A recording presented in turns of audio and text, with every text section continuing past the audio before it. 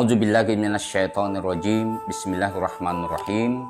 Allahumma sholli ala Muhammad wa ali Muhammad fataqabbal syafa'atahu fi ummatih warfa' darajatah. Aqulu lakum ayyuhal ikhwah, assalamualaikum warahmatullahi wabarakatuh. Berjumpa kembali kita di acara Hikmah Ramadan. Semoga bulan Ramadan tahun ini menjadikan kita atau menghantarkan diri kita untuk mencapai sebuah kehambaan yang tinggi kepada Allah Subhanahu wa taala, sehingga kita dapat mengecap manisnya iman, mengecap manisnya karunia Allah Subhanahu wa taala, dan menjadi tamu-tamu Allah Subhanahu wa taala di bulan Ramadan ini, sehingga ketika bulan Ramadan berlalu maka kita akan menjadi manusia-manusia yang bertakwa. Pada kesempatan Hikmah Ramadan kali ini, saya ingin berbicara tentang bangunan keimanan dan toleransi. Semua ibadah dan amal yang dilakukan oleh seseorang tidak akan diterima oleh Allah Subhanahu wa taala tanpa iman. Iman adalah kepercayaan. Iman dapat ditempuh dengan ilmu pengetahuan. Tetapi ilmu pengetahuan bukan satu-satunya alat untuk menempuh keimanan. Jika sekiranya ilmu pengetahuan itu menjadi satu-satunya alat untuk menggapai sebuah keimanan, betapa banyaknya orang di dunia ini beriman, tetapi nyatanya tidak. Banyak orang yang berpengetahuan tetapi tidak beriman kepada eksistensi Allah Subhanahu wa taala. Saudara-saudaraku sekalian rahimakumullah. Iman dalam bentuknya bertingkat-tingkat. Sebelum saya menjelaskan ini, saya mengutip ayat Al-Quran dalam surah Al-Baqarah ayat 183 yang menjadi sebuah landasan banyak para penceramah, ustadz di bulan Ramadan ini membawakan ayat ini, yaitu ya ayyuhalladzina amanu kutiba alaikumusiyam kama kutiba alal ladzina min qablikum la'allakum tattaqun. Wahai orang beriman, diwajibkan atas kalian berpuasa sebagaimana diwajibkan atas orang-orang sebelum kalian agar kalian bertakwa. Sebagaimana yang saya katakan pada awal tadi, bahwa iman adalah merupakan sebuah landasan bagi ibadah dan amal diterima oleh Allah Subhanahu wa taala. Iman pada wujudnya bertingkat-tingkat. Yang garis besarnya kita akan berbicara tentang tingkatan-tingkatan iman itu secara garis besar ada 3 tingkatan. Yang pertama adalah iman utama. Iman utama adalah iman kepada pencipta, iman kepada pemilik wujud, iman kepada pencipta dari wujud, iman kepada Tuhan. Di mana iman kepada kausa prima keberadaan, di mana seluruh eksistensi wujud tunduk di hadapannya, maka itu disebut dengan iman utama. Dan keimanan utama ini yang mempertemukan kita antara satu agama dengan agama yang lainnya, terkhusus agama samawi, di mana sekalipun dia berbeda agama antara kita dengan yang lainnya berbeda agama, tetapi kita dipertemukan dengan iman kepada pencipta, iman kepada Tuhan, iman kepada yang menghadirkan wujud di mana segala eksistensi bergantung terhadapnya dengan nama yang berbeda-beda. Dengan kesamaan inilah antara satu pemeluk agama dengan yang lainnya dapat bersama karena dia memang memiliki kesamaan di dalam mengimani akan adanya kausa prima keberadaan. Kemudian yang kedua, iman kepada kenabian, iman kepada wahyu yang diturunkan oleh Allah Subhanahu wa Ta'ala terhadap manusia-manusia suci atau para nabi. Yang iman dalam tingkat kedua ini pun, walaupun ada ruang yang mempersempit kesamaan, tetapi ia juga ada sebuah kesamaan antara satu agama dengan agama yang lainnya, terkhusus agama samawi, bahwa mereka beriman kepada nabi, kepada wahyu-wahyu suci yang diturunkan untuk Nabi Shallallahu Alaihi Wasallam, aturan-aturan mulia, aturan-aturan suci dari Allah Subhanahu Wa Taala untuk orang-orang yang beriman terhadap Tuhan, beriman kepada Nabi, beriman kepada wahyu-wahyu suci yang diturunkan kepada para nabi.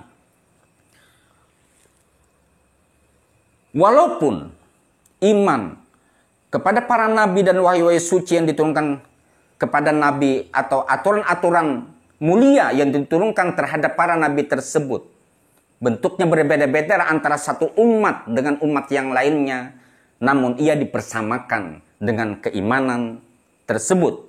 Dikarenakan dia dipersamakan dengan keimanan tersebut, maka dia bisa untuk berjalan bersama, hidup bersama, untuk tidak saling mengganggu, walaupun ada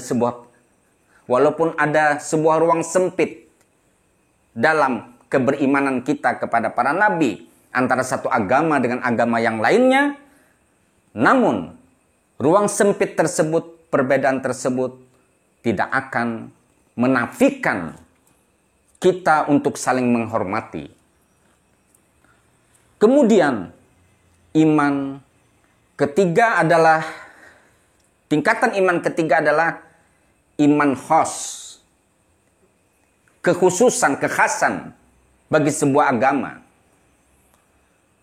Di mana misalnya agama Islam, Muslim beriman terhadap eksistensi Nabi Muhammad Sallallahu Alaihi Wasallam, di mana seorang Muslim dia wajib untuk mempertahankan kekhasan keimanannya kepada Nabi Muhammad Sallallahu Alaihi Wasallam yang tidak dimiliki oleh agama-agama yang lainnya.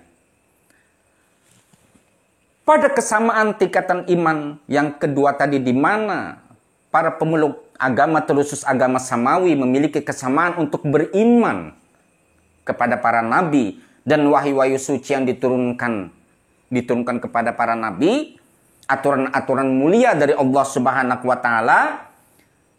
Namun di dalam hal ini seorang muslim dan mungkin juga agama-agama yang lainnya memiliki kekhasan. Kekhasan bagi seorang muslim adalah beriman kepada kenabian Muhammad Sallallahu Alaihi Wasallam, dan kita harus mempertahankan ini dan mempertahankan keyakinan ini dengan sebaik-baiknya.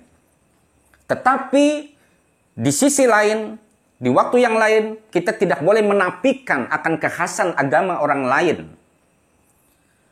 Dan dengan mempertahankan kekhasan kita, beriman kepada eksistensi kenabian Muhammad Sallallahu Alaihi Wasallam sebagai uswah.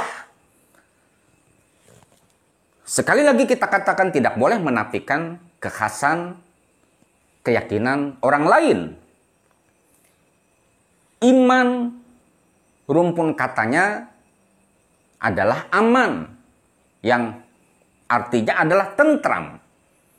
Islam adalah, rumpun katanya adalah salam, yang artinya selamat, tentram.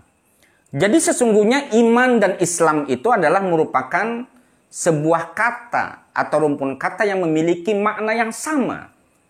Tentram, selamat. Artinya apa? Di tengah sebuah perbedaan yang ada di dalam keberagamaan, di mana kita dipertemukan kesamaan dalam bertuhan, kesamaan dalam kenabian, kesamaan di dalam beragama, kesamaan di dalam beriman kepada wahyu-wahyu suci yang diterima oleh Nabi Shallallahu Alaihi Wasallam dan aturan-aturan mulia bagi pemeluk agama yang diturunkan kepada para nabi. Tetapi memang ada memiliki antara satu agama dengan agama yang lainnya memiliki kekhasan seperti agama Islam adalah khas bagi agama Islam beriman kepada kenabian Muhammad Sallallahu Alaihi Wasallam.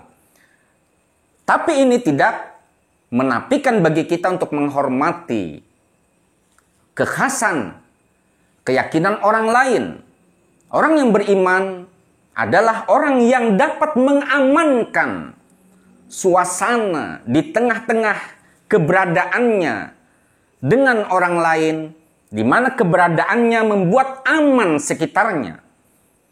Muslim adalah, berislam adalah di mana lisannya, tangannya, dan seluruh tingkah lakunya, di mana dia bertempat, di mana dia berada, tidak membuat orang lain merasa resah, tidak membuat orang lain merasa tidak selamat, tetapi justru keberadaannya membuat orang lain itu merasa selamat.